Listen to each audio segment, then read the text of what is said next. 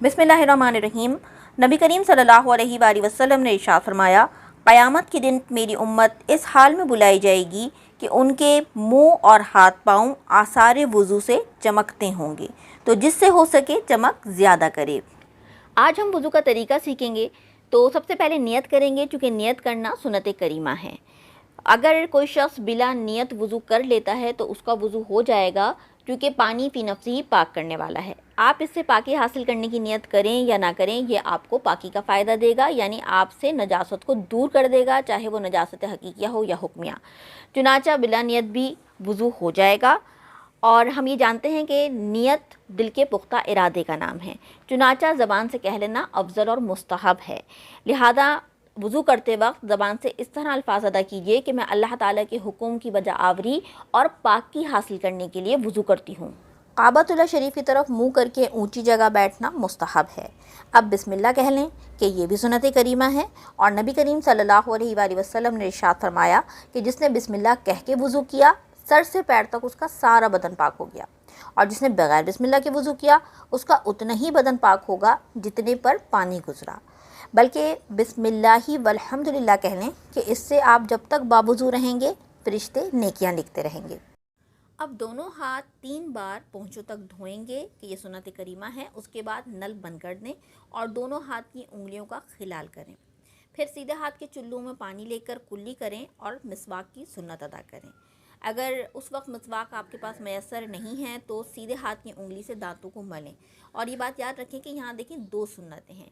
एक है सिवाक यानी दांतों को मलना, और दूसरा है दांतों को मलने के लिए आले का इस्तेमाल, जो कि हम मिसवाक इस्तेमाल करते हैं।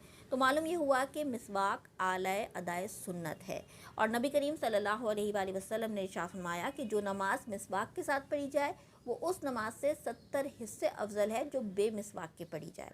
उसके बाद सीधे हाथ में पानी लेकर यानी चुल्लू में पानी लेकर 3 मरतबा कुल्ली करें। और चूँकि कुल्ली करना भी सुन्नत मौक़िदा है, और ये हम सब जानते हैं कि सुन्नत मौक़िदा का हुक्म ये होता है कि इसको बिला उज़र 1-2 बार तर्क करना बुरा होता है, लेकिन तर्क करने की आदत बना लेना ये इससे इंसान गुनाहगार होता है। और जब आप कुल्ली करें तो इस बात का भी एहतमाम करें कि अगर रोज़ा ना हो तो गरगरा भी करें कि ये भी सुन्नत मौक़िदा है। उसके बाद नाक में पानी चढ़ाने की बारी आती है, जो कि ये भी एक सुन्नत मौक़िदा है। और इसका तरीक़ा ये होगा कि सीधे चुल्लू में पानी लेकर नाक के करीब जब पानी लेके जाएंगे और सूंघ के ऊपर चढ़ाएंगे नरम हड्डी तक। तो चूँकि इसमें लफ्ज़ इस्तिंशाक आया है जिसका माना होता है कि सूंघ के नाक में पानी चढ़ाना। उसके बाद जब ये हम 3 मरतबा ये सुन्नत को अदा कर लेंगे तो उल्टे हाथ की छोटी उंगली से नाक के सुराखों में डाल के सफाई करेंगे। अब हम 3 बार सारा चेहरा इस तरह धोएंगे कि जहाँ से आदतन सर के बाल उगना शुरू होते हैं वहाँ से लेकर थोड़ी के नीचे तक। नीचे से मुराद बहुत ज़्यादा नीचे नहीं है, बस जहाँ हमारे नीचे के दांत जमते हैं वहाँ तक का हिस्सा हमने धोना है। और एक कान की लौ से लेकर दूसरे कान की लौ तक हर जगह पानी बह जाना चाहिए। अब होता यह है कि जिस वक्त हम चुल्लू में पानी लेके चेहरे पे डालते हैं तो उमूमन हमारे जो सर का ऊपरी हिस्सा है जहाँ बाल जम रहे होते हैं ये जगह सिर्फ मसा होता है या फिर खुश्क रह जाती है या सिर्फ मसा होता है। यूँ ही हमारी जो साइडें हैं दाएँ और बाएँ जानिब चेहरे की, इसमें भी ऐन मुमकिन है कि 2 बूंद पानी ना बहे बल्कि फ़कत मसा हो। तो इस बात को यकीनी बनाने के लिए हम ये करेंगे कि पहले हमने चेहरे पे पानी बहा लिया, उसके बाद थोड़ा सा चुल्लू में पानी लेके अपने दाएं जानिब फिर बाएं जानिब बहाना है। यूँ ही अगर माथे के ऊपरी हिस्सा खुश्क हो तो वहाँ पे भी बहा लें। और ये मुकम्मल मिलके 1 राउंड कहलाएगा, यानी 1 मरतबा धोना कहलाएगा। इससे कोई ये ना कहे कि हमने 3 दफ़ा चूँकि पानी बहाया है तो ये 3 दफ़ा धोना मुतहक्कक हो गया, ऐसा नहीं है। बल्कि हर उस पर कम से कम अगर 3 दफ़ा पानी बहाएंगे तो सुन्नत अदा होगी, 1 दफ़ा बहाएंगे तो फ़र्ज़ियत अदा हो जाएगी। कुछ बहनें सवाल करती हैं कि चेहरा धोते वक्त छिदी हुई नाक के सुराख के अंदर तक पानी बहाया जाएगा। तो ये याद रखें कि उस सुराख का जितना हिस्सा ज़ाहिरन नज़र आ रहा है वज़ू करते वक्त उतने हिस्से पर पानी बहाना फ़र्ज़ है, और सुराख का वो हिस्सा जो पोशीदा है यानी अंदर की तरफ है उस पर पानी बहाना ज़रूरी नहीं है। अलबत्ता गुस्ल वाजिब होने की सूरत में सुराख के अंदरूनी हिस्से पर भी पानी बहाया जाएगा। अब इसको देखने का आसान तरीक़ा यह है कि जो नाक में ज़ेवर पहना हुआ है उसे उतारिए और आईने में जाके सुराख को देखें। जितना हिस्सा ज़ाहिरन नज़र आएगा वज़ू के अंदर उसे धोना फ़र्ज़ है।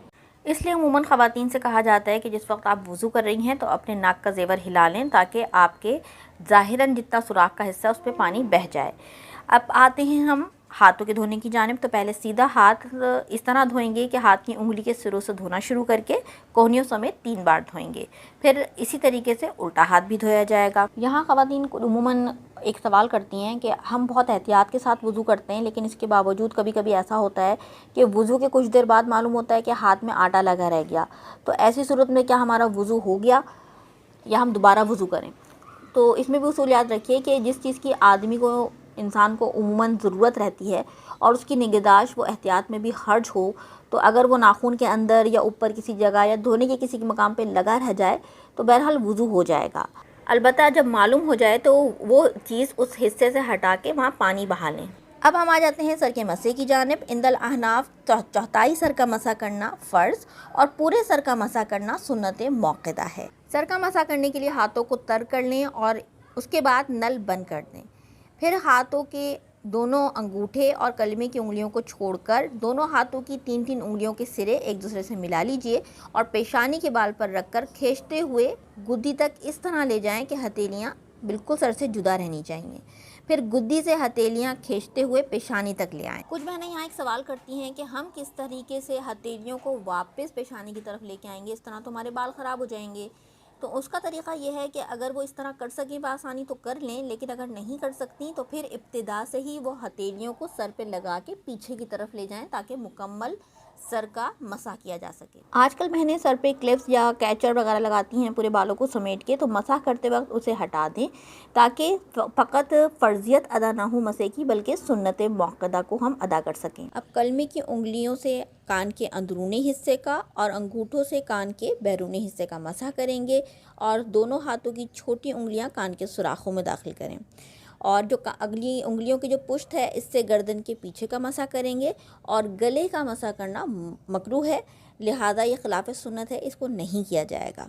अब दोनों पैरों को धोएंगे, पहले सीधा फिर उल्टा पैर और हर बार उंगली से शुरू करके टखनों पे ख़त्म करेंगे।